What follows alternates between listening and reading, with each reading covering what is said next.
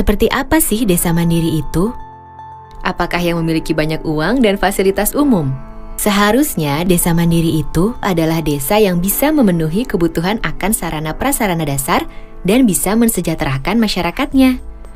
Misalnya masyarakat membutuhkan jalan dan jembatan desa yang bagus, atau saluran irigasi yang bisa diandalkan sepanjang tahun.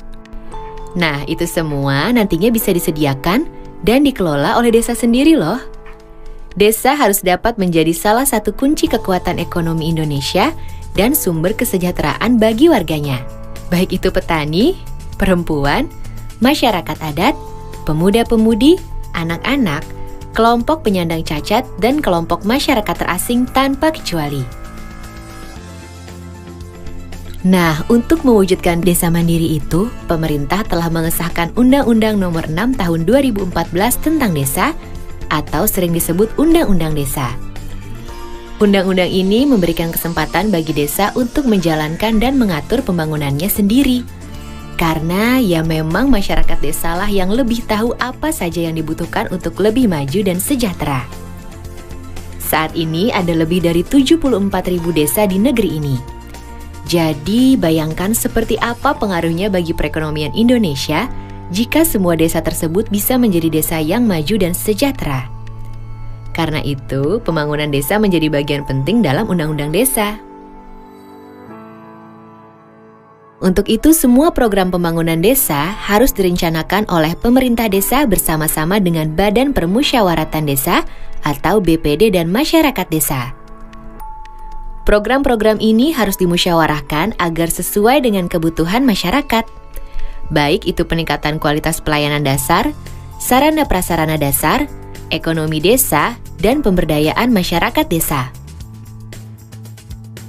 Semuanya menjadi rencana pembangunan jangka menengah desa atau RPJM desa untuk 6 tahun ke depan yang dituangkan dalam Rencana Kerja Pemerintah Desa atau RKP Desa Tahunan.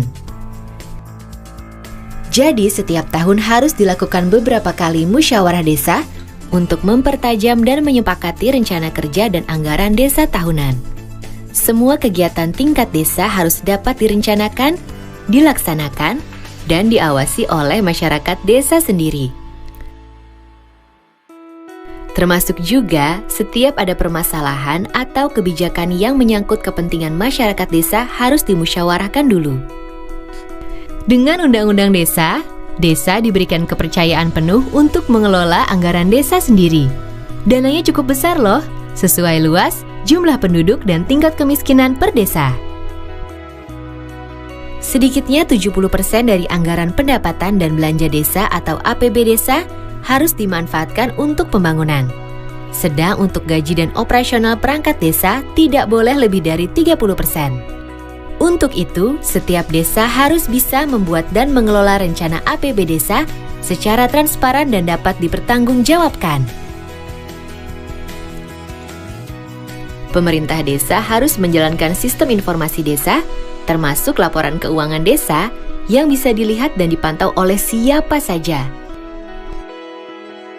Sistem ini juga berguna untuk memberikan saluran bagi masyarakat untuk menyampaikan keluhan yang ditemukan dan perkembangan penyelesaian masalah. Selain itu, Undang-Undang Desa juga membuka kesempatan bagi masyarakat desa untuk mengelola sendiri seluruh aset yang ada di desa. Kemudian, untuk meningkatkan pendapatan desa, desa dapat mendirikan badan usaha milik desa atau disebut BUM desa. Melalui BUM desa, masyarakat desa dapat meningkatkan sendiri kehidupan perekonomian perdesaan dan memanfaatkan hasilnya untuk kesejahteraan bersama. Salah satu semangat utama yang dibawa oleh Undang-Undang Desa adalah gotong royong. Bukan hanya antara masyarakat yang berada di satu desa saja, tapi juga dengan masyarakat yang ada di desa-desa tetangga. Undang-Undang Desa mendorong agar kerjasama antar desa ditingkatkan untuk memaksimalkan kemampuan dan sumber daya yang ada agar menjadi lebih besar dan kuat.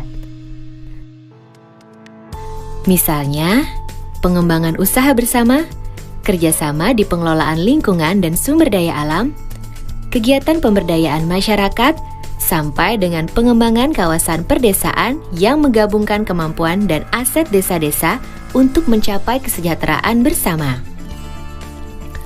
Untuk itu, Badan Kerjasama Antar Desa atau BKAD dapat didirikan atau ditingkatkan peran dan lingkupnya. Di samping itu, Undang-Undang Desa juga menekankan pentingnya peran lembaga kemasyarakatan desa untuk membangkitkan partisipasi semua masyarakat desa.